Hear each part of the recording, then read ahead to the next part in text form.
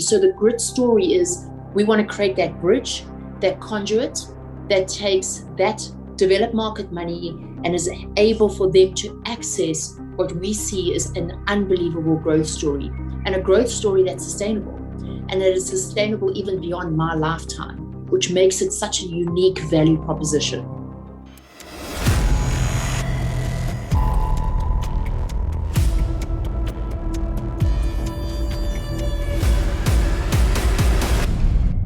Welcome to Business Without Barriers TV, the game changer show helping you win in a decade of disruption. I'm your host, Carmen Wild, and with me today is game changer Bronwyn Knight, CEO of the GREA Real Estate Income Group, the first Mauritian company to be listed on the London Stock Exchange. And this is a first of a string of firsts for GREA. Bronwyn is an exceptional, highly conscious leader and a trailblazer in tough territories. Bronwyn, it's a privilege to have you back on the show again. Thank you, Carmen. Good to be back. Yeah. So Bronwyn, to set some context for our audience, I know that you go where others don't want to go. And that is the ungoverned jurisdictions. And basically what you're doing, which is so incredible and what others would say is like literally impossible, is you're creating this pathway. It's a governed pathway for developed markets to access Africa, or as you like to say, the last frontier.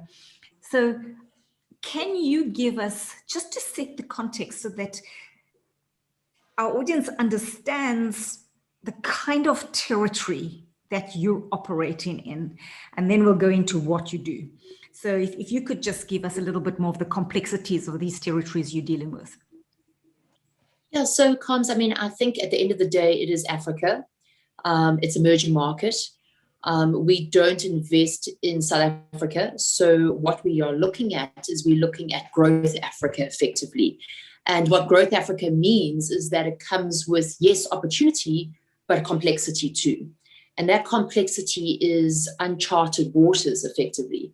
So it is aspects of governance. And in our business, real estate, it's access, real estate, land access, challenges around legalities, legal systems within these countries, the complexity of different languages spoken.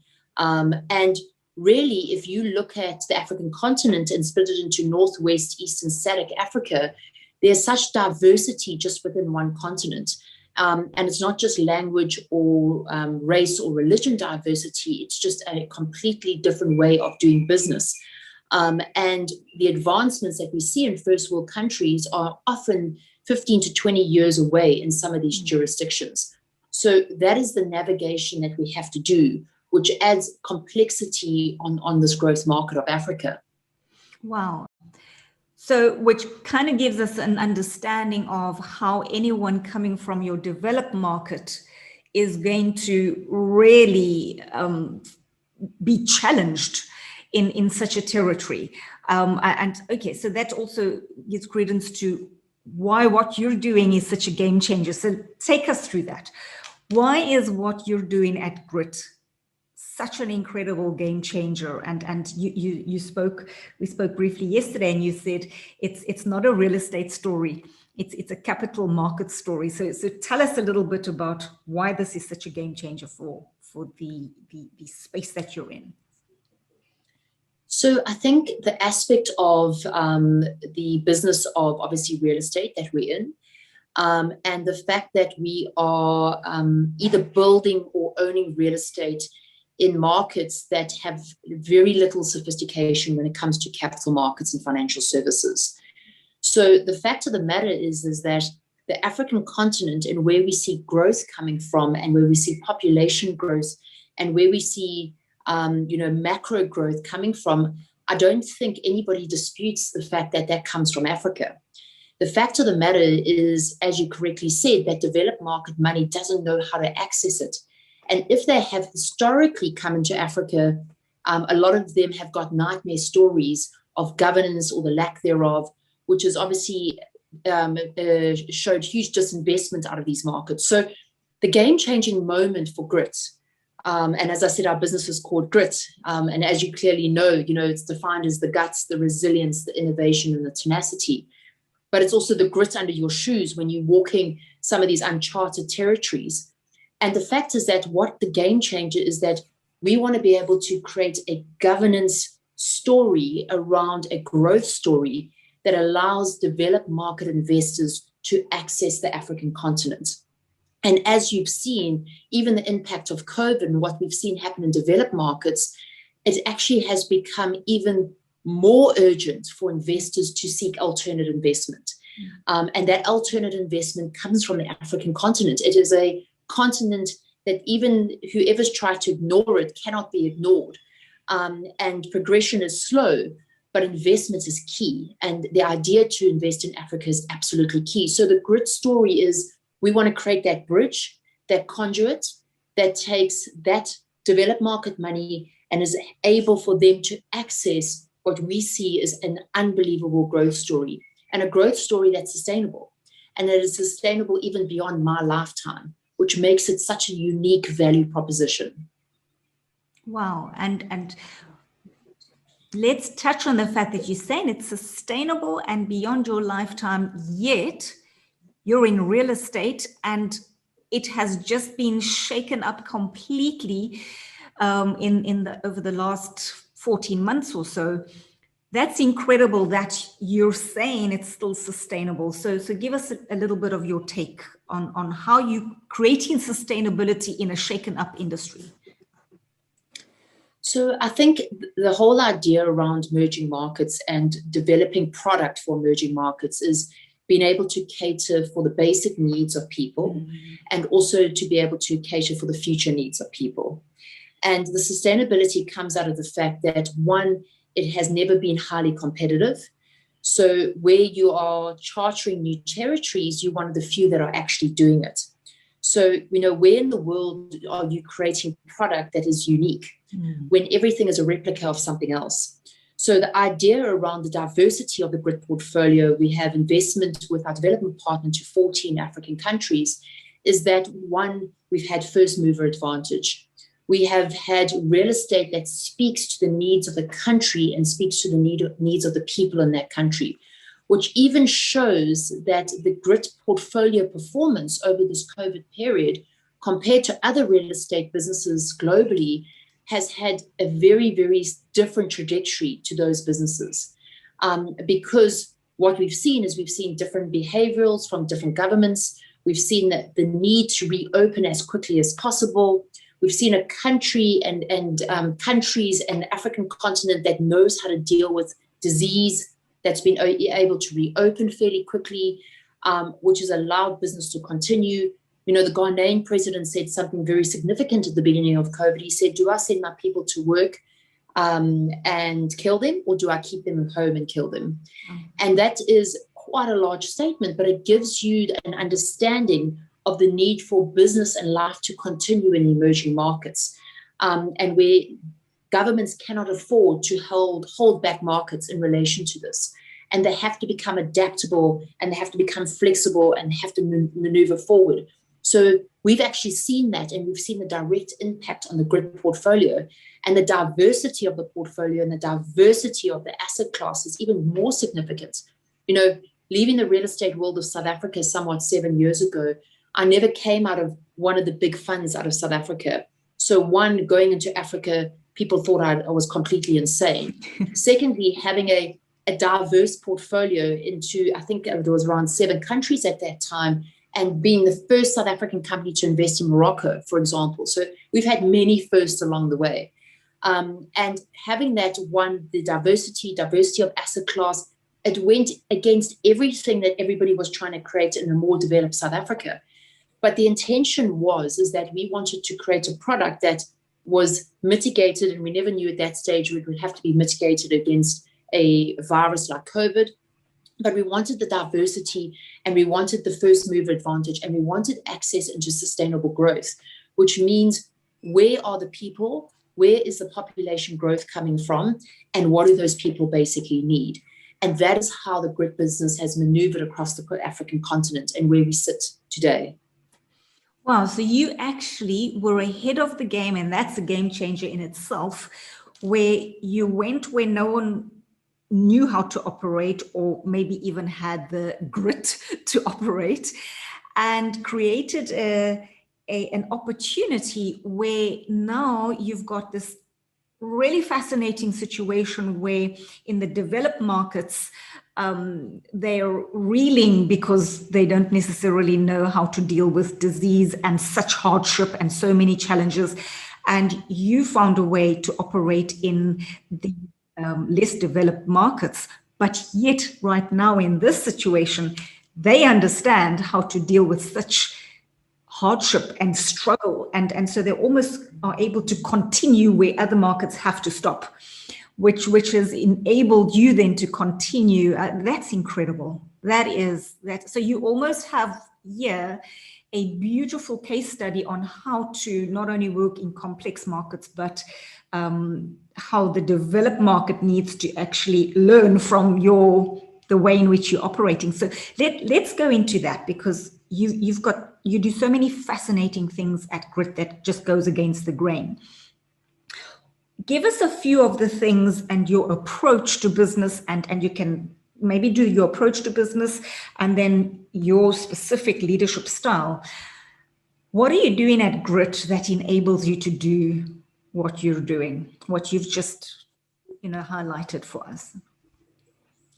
So I think just to start in the approach, and again, I mean, what is really important is it's the core and the heart of who I am and who the business is, which is really, really important on the approach.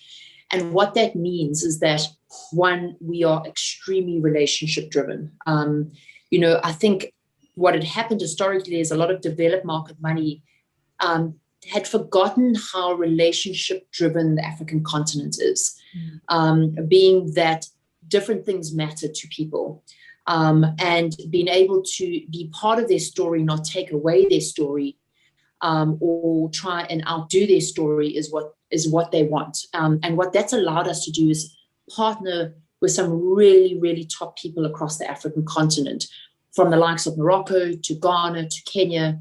And what that means is that we have a true integrated story. So we are operational, we are integrated into these countries of investment. And that is completely driven by relationships on the ground, relationships of partners that we've had along the way. So that ethos of relationship, that ethos of really going where others fear to tread, ultimately understanding what is there, understanding the challenges, and being able to navigate, being able to be flexible. Even though we are London listed business, we still have this flexibility and maneuverability that is true of an entrepreneur. And often what happens is when you go into a corporate context or global context, that entrepreneurial spirit is lost. And for the African continent, it cannot be lost. So the people matter, the countries matter, the integration matters, the ability to create and have teams on the ground. This COVID period has shown that we cannot fly everywhere. We can't be everything to everybody. So if we did not go on the premise of having people in Mozambique, in Ghana, we would have a real problem today, because we haven't had access to those countries necessarily. So it's around, I always use this term about being half pregnant. I think people flit into these markets and they think that they can do a little bit of something, but you have to be so fully invested into this country, and that's from the top to the end. And one of the aspects is GREA has a lot of pension funds, African pension funds, that are shareholders in GREA today. And those pension funds are the countries, the pensions of the people in the countries that we invest in, which is really important, because that's the whole integrated story of investment into these jurisdictions. And for us, it really goes around the ethos. Now, myself as a leader, it is around driving fellow business owners around me, which means that everybody around me, even if they might be the CFO or the CIO or the COO of this group, has to be business owners themselves. They have to think like business owners. And we try and drive that culture from the top all the way to the bottom, which means you have to be responsible. You have to be accountable. You need to put your problems or your challenges on the table. this whole thing about exposing it all, bearing it all. I remember somebody used the analogy a couple of years ago when we were listing in London, and they said, Bronwyn, do you know that listing in London is like taking off all your clothes and standing on the corner of the busiest street that you know? That's what it's all about. And the reality is that if you're going to take an Africa business or any business and list it on one of the biggest exchanges in the world, that's what it takes. And it is about that transparency and governance and integration of both our team and our stakeholders, which make it a value proposition like no other that I believe. And this is really around leading from the front, but often leading from the front also means taking responsibility and looking at yourself. There have been often times where I've been very frustrated at my team, where I've had to actually say, the frustration is not them, it's the way I'm leading from the front. And those are not easy discussions to have with yourself. And a lot of leaders actually forget to have those discussions. And it's all about that. It's bearing it all the time.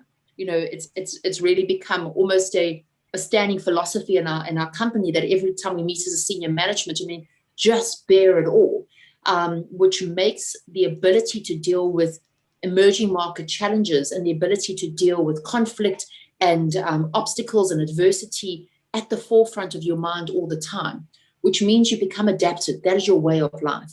So even under the COVID period, Coms, is that we actually adapted so quickly to it because that is our business. That is our ethos. We never had to change the way we were thinking because that's how we think from day one because of the environment that we operate in.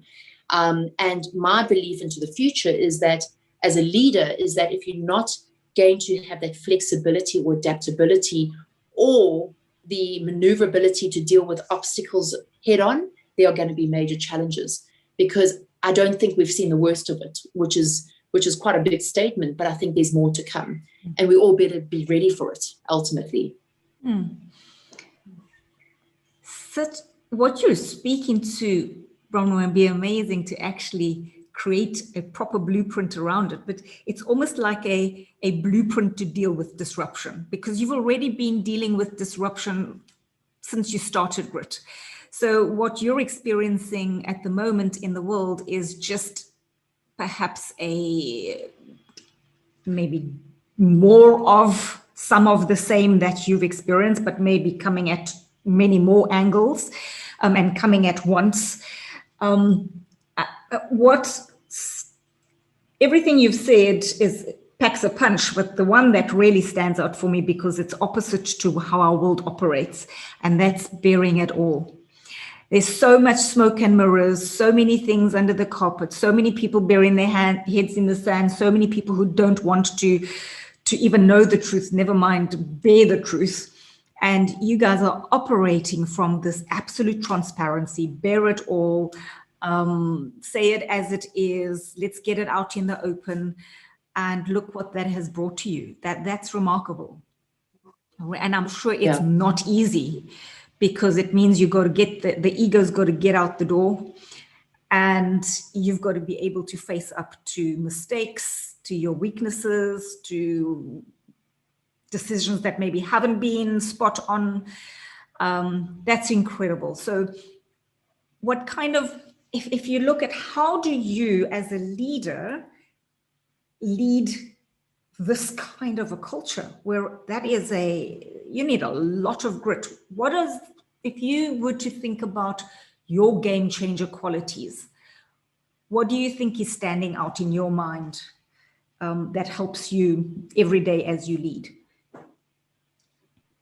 So often, I often think around, the magic. You often want to try and define the magic. And in our instance, the magic is grit, ultimately. But, leading from the front, it means, and what it means to myself personally, and sort of how we lead and myself and how I lead the team on a daily basis is, it's the fact of, you really do need a team that's fully invested, I think is really, really important. And, we talk about historically these family cultures and everything else, but I think it goes more than that.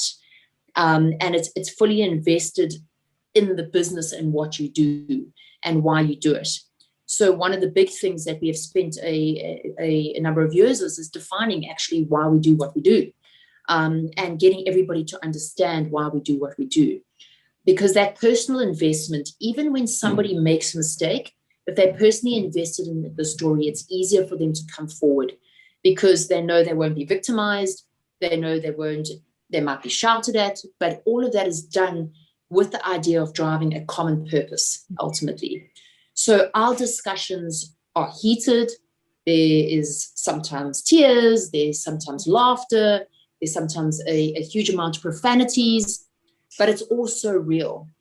And that is what it's all about. And if I need to be like that as an individual, and I believe that I bear it all, heaven forbid that I have to stand naked on the side of the road, but conceptually I bear it all. I bear it all, right from my vulnerabilities to my strengths, to my agitations, to everything. I bear it all. And again, that's not for everybody, as we know, because people operate slightly differently. But what we've done is we've created this culture, and I believe myself as a leader bears it all and exposes every vulnerability that we have, which means that the concept of fear starts disappearing because you are then dealing with everything. You put everything on the table.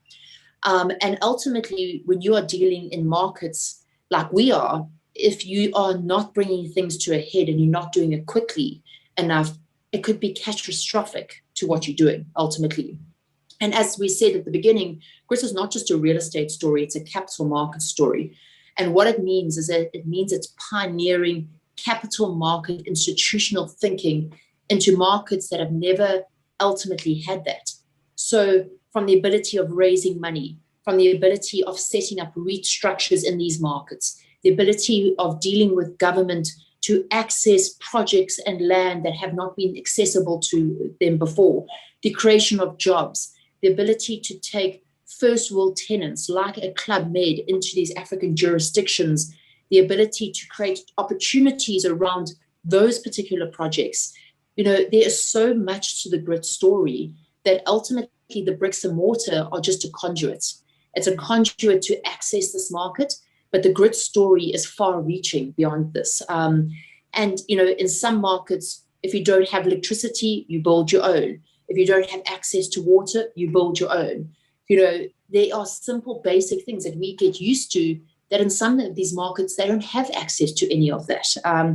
And looking at healthcare, which is a really interesting asset class to me, obviously now prior to COVID, but now through COVID, is that the access to healthcare facilities in these regions, in these emerging markets. And finally, you have governments now that are saying, this is so important, which means we can prepare and present the real estate. We can bring international operators into these countries, and we can bring healthcare back to the people and localize and go back to the needs of the African people in these jurisdictions. And that is the significant story of what we're doing. And we do it through a stamp of approval from the London listed authorities, which means that everything has to be highly, highly governed, which for me is the success for an Africa story, because investors can then invest knowing all of those boxes are ticked from a governance perspective, and we're following a management team and a growth story into the future and into the future of Africa. Wow. Talk about breaking through barriers. I mean, it's just one barrier after the other that you've successfully broken through, and continue as they come up, find new ways of breaking through those barriers. And it becomes such a pivotal story for other companies to really see that it can be done. But it's not easy, and it's not for the faint-hearted. And your company has the perfect name, GREA. I mean, I don't think you could have called it anything better. And it continues to be relevant in the markets that we're in. I asked you to share a whiz bomb with us, a 60-second smart piece of advice or realization that has had a significant impact on how you do things. Go for it. Share that with us, Bronwyn. So I think for me, one of the biggest learnings and really what words of, I want to say wisdom, but advice or maybe experience that I can sort of bestow onto others at this stage of my career is that don't fear the fear, if I can contextualize it that way. Don't fear the fear. And what that means is that when you are faced with a challenge or when you are faced with something new, it's to build up a worst case scenario to what the worst thing that could happen if you were to embark on that. And whether that's going into new territory or new product or anything else, what is the worst thing that can happen? And then what you do is you build your investment case and you build around the fact that what can I do today to mitigate that worst case scenario? Because what that means is that you face the fear today. So don't fear the fear because you have faced it today. And what that means is that you can then go into those territories, and I don't say expect the worst, but prepare for the worst, because ultimately then you are prepared. And when you know the worst thing can happen to you for whatever you go through, then the rest is actually easy. And if you prepare for the worst that can happen to you, the rest is actually easy. And for me, that has been a huge lesson personally, as well as from a business perspective. And what that has allowed us to do is that it has allowed us to put in so many mitigants and so many ideas and to speak about those before they've happened and on day one. And they might never happen, but they've been spoken about and they've been dealt with. So that when we reach that point, and if we encounter any of those challenges, we can then look at that and say, actually, we've discussed that. Actually, we even know. And the reality is we can't control everything. We can't control markets. We can't control. But what you can control is how you deal with it. And you can control your approach. And I always say the definition of human character is when your back is against the wall, how will you perform? What will you do? And it's ultimately exactly that. It's how you react to a worst case scenario. And it's in your reactions that defines your success ultimately. Because let's be real, there's a lot of hardship out there. And there's a whole lot of hardship around the corner. And we're all going to face it at some point. Nobody is, we're not, none of us are immune or have something around us that is going to say we're not going to face a hardship. We're absolutely going to face a hardship. But how do we deal with it? And have we thought about how to deal with it? Such wisdom. Thank you, Bronwyn. I love it. I mean, don't fear the fear. It's almost as, not almost, it's as powerful as the bearing it all. And everything that you speak into has this underlying thread of such courage. It takes courage to be it's always been difficult to be a success. The steps to being a success are simple, but it's not easy to fulfill them. And what you're speaking of here is this underlying courage to just face it, don't fear the fear. It's really a really amazing way to put it, and how it's almost done what we call future pacing for you and your team, because you're going into that fear, going into the battle zone before you even hit it. And you scenario planning is what I'm hearing you're doing, thinking it through. So if you ever encounter it, it's almost like you've already gone through it. And so it's, when you do face it, it's not as severe as what you would have envisioned. And I'm sure you would, like we all know, what we imagine the worst case scenario is when something happens, it's never even as bad as our minds make it to be. So a really, really powerful principle. Thank you for sharing that with us.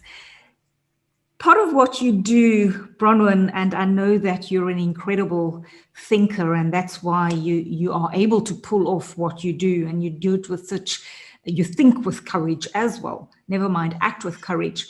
You have to be globally conscious of what's going on, not only in your company and in Africa, but way beyond Africa, because you're dealing beyond Africa. What would you say to help anyone watching or listening to this, to help us get on top of what may be coming? What, from your perspective, is one of the most exciting disruptions that you foresee coming up in the next decade that we could leverage, capitalize on, get on top of? What would you say that is? So So, I mean, it's been interesting because it's been something that I've been watching in the African environment pre-COVID. So it's something that applied then and I think applies today, is that what you're finding in undeveloped countries is that they are leapfrogging, which means that they, for example, infrastructure, and I take telecommunications as an example. So whereby you had countries like South Africa that have had the ability to access and infrastructure being built over numbers of years, is that those countries are now becoming outdated. And what's happening in countries, and I'll take a country like Rwanda, is that this has a country that had no infrastructure. And what they've done is that they've just leapfrogged into the development of infrastructure, which means that telecommunications, Wi-Fi, every bit of accessibility in Rwanda far exceeds that in South Africa, which is very, very interesting. Mm. And what that means for me for the future and what we're going to see now, and even pushed even more aggressively forward by this COVID impact, is technology. The ability now to look at businesses and say, what is automated? What can become automated?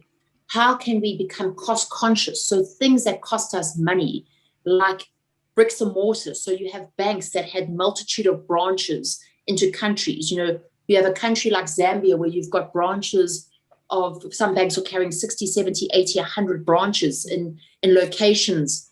Those branches are no longer relevant because internet banking and cell phones and connection and telecommunications is so prevalent, which means that the entire world of communication transactions are now beginning to become automated in some form or the other, which means, what does that mean for everybody's businesses today?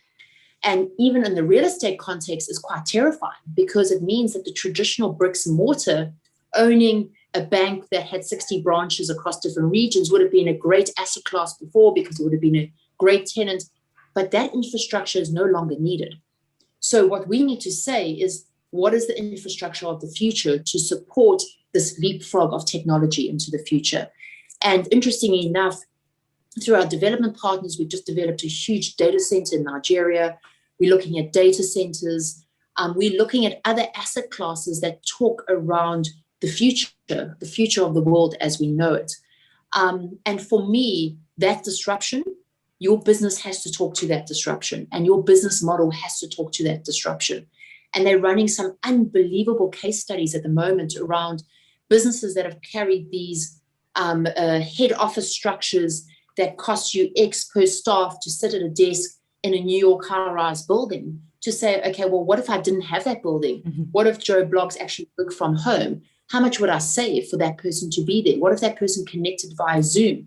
And now they're actually looking at this to say, this cost-conscious concept. So where you can actually support these exercises, where your business can go into this technology, with looking at your business today to say, what is the next? What is the future? What is the future of technology in the markets that you operate, is so important to work stream and to work on as a team today.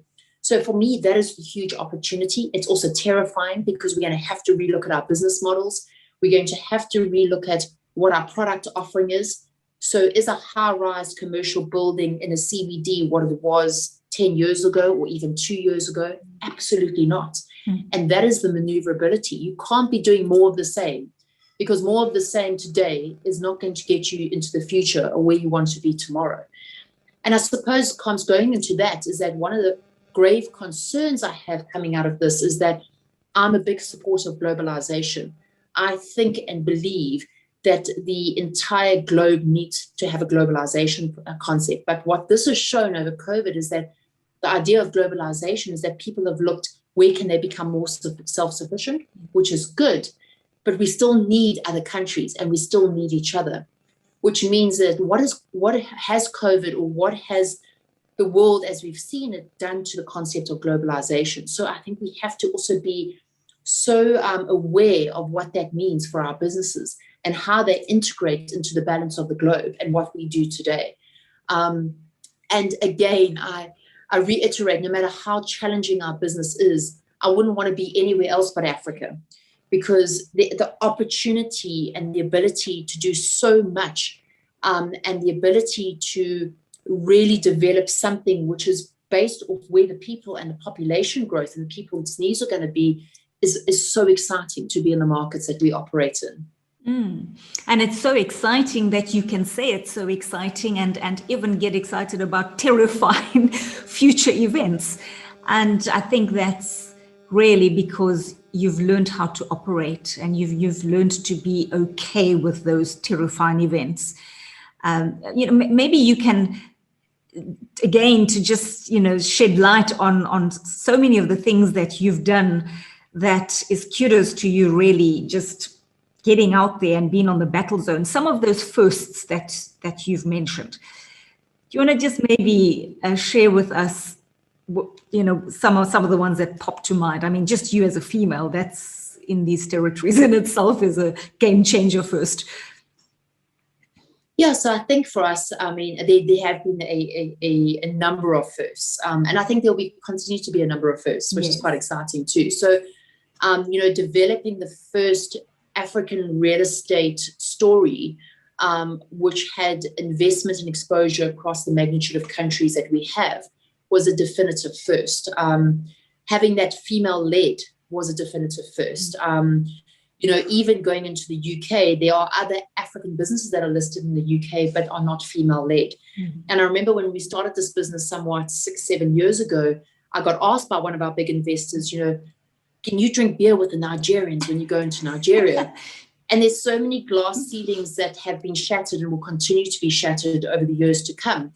But the fact of the matter is, being the first real estate business across Africa, being the first woman-led business, being the first Mauritian business, listing in the UK, being the first Mauritian business to successfully conclude a premium step-up, which we did in January of this year, which gives us the highest accolade of governance in the world today, has had so many firsts in relation to developing a product which continues to go from strength to strength for first world investors to access this fantastic growth story of the African continent. And what my ambition is to attract new money into Africa, because Africa needs investment, it needs infrastructure, it needs development. But unfortunately, that money over the years has been scared away because there has been this lack of governance, or the lack of personally invested people into stories across the African continent. So for us is that, we want to attract money and we want to attract good money and we want to attract it into the success of the African rising story. And that is really, for me, contextualizes the heart. It's that pumping heart of what grit is and will continue to be. And we will continue to hold the hands of developed market money to come into the African continent. And I always say in my lifetime, it's only the tip of the iceberg, because it really is. Because the story continues beyond me, actually. And the story isn't just about me. It's actually about something that we've created that will outlive all of us, effectively. But it's headed by people that are truly invested, not just financially, but also emotionally into this business, which is really, really important. So that for me is, and why I say I think there are many more firsts to come, because they are. And we're even considering first today that we're looking at in the business itself. But for me, is that the exciting part is the healthcare story. It's the telecommunication story of Africa. And how can we be at the helm of that is what we're really looking at currently. And how can we partner and how can we collaborate? And collaboration has been such an interesting term, because people have used the word competitive. People like to be competitive. They like to beat everyone else to that finish line. But there's no finish line in Africa. It's only a collaborative effort, actually. And there's enough to go around on a collaborative story. And I will continue to state that, and I'll continue to reiterate that. And we're starting to see people come around now. And I think COVID has created some harsh realities for a lot of businesses. And what we've said to those businesses is that, isn't it the time to consider collaboration? And the collaboration is ultimately creating this vehicle which has developed market money, that's governed, that sits on an exchange like London, but that we can all invest in down the line and into the future. It's like one word that pops to mind with everything. It's like paradox. Everything you do is just, it's a paradox, because it's just, and it's almost how you have to navigate your way to success. You have to go against the grain. You have to do what almost doesn't make logical sense to most people in terms of how you operate and how you would handle things. And this is what you guys are so brilliant at. You're not afraid to be the paradox. You're not afraid to look at a thing and go, but why do people do it that way? Who cares if it's been done 100 years? Who cares if most listed companies on the London Stock Exchange do it this way? We're going to do it this way and yet still be, within this governance. That's incredible. And it talks to something Scott Picken brought up in an interview with him yesterday. And he said, it's not about either or.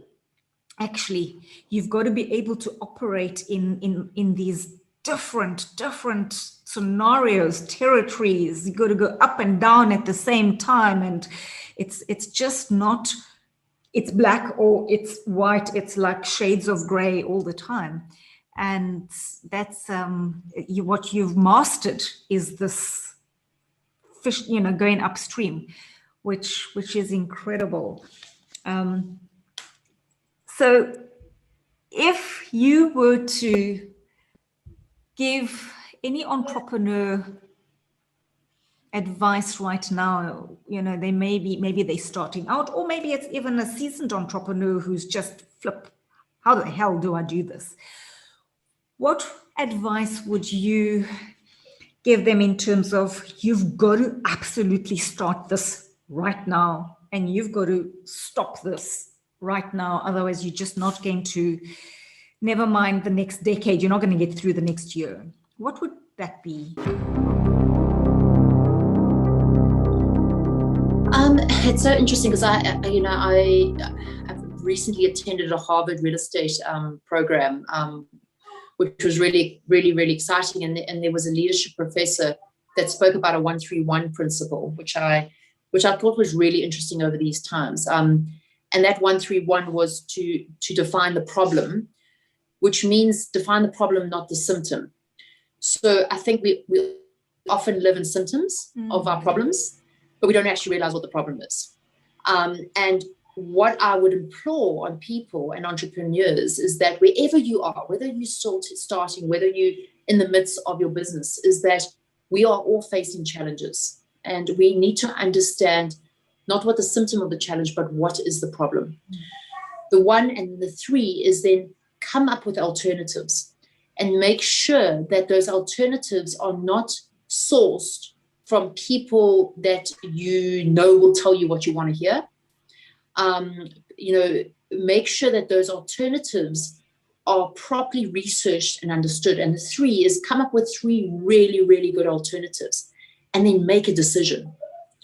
And that's the biggest thing. And I must say, I've had historically no problem with making decisions. Actually, it's been one of my strengths.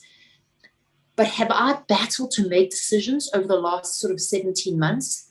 And the reason being, which I really have thought this through, is that everything has an impact on everything else. And there's so much uncertainty in our world today that tomorrow is not necessarily the tomorrow that we think it is. So start forgetting, or you start becoming apprehensive to make a decision.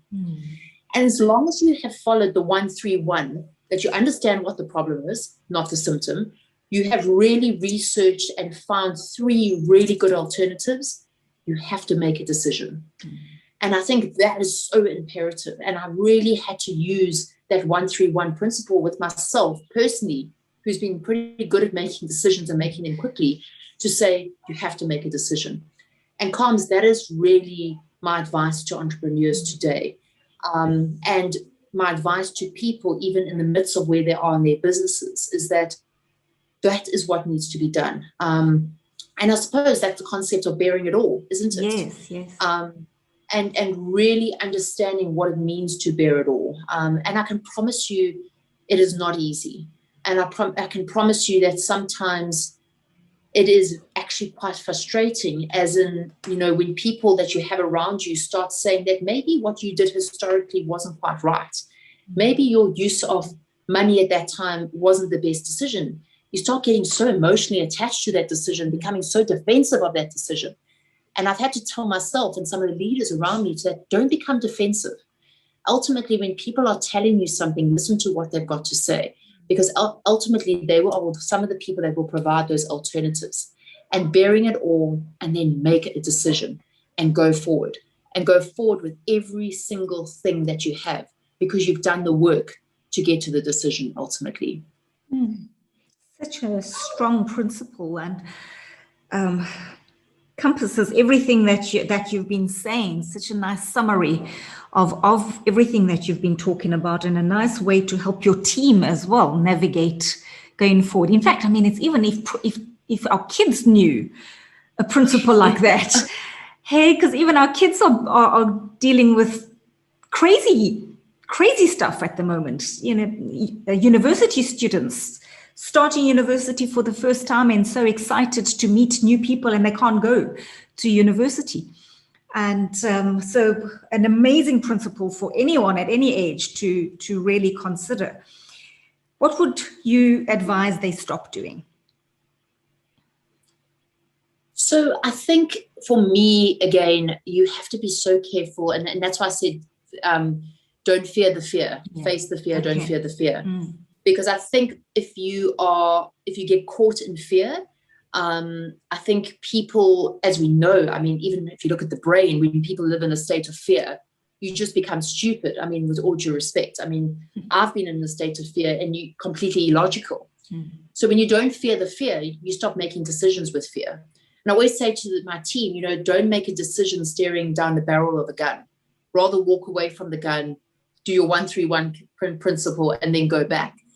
And that is such an important concept. So if anybody is living in a state of fear or is trying to make a decision from the state of fear, it's the worst place ever. And go back and do the work. Do the work on yourself, do the work on your business first, and then make the decision. But do not make the decision in the light of something that you fear, because it will ultimately not be the right decision. And that for me is so, so important, and literally is at the heart of where we found ourselves in the world today and where we will find ourselves in the future to come. You do so many things to enable yourself not to fear the fear. Can you share with us some of the personal things that you have found to keep you in the state of resilience and this place of strength that you can keep going into that battlefield every single day, no matter what's coming? What are some of those secrets that you have found to help you?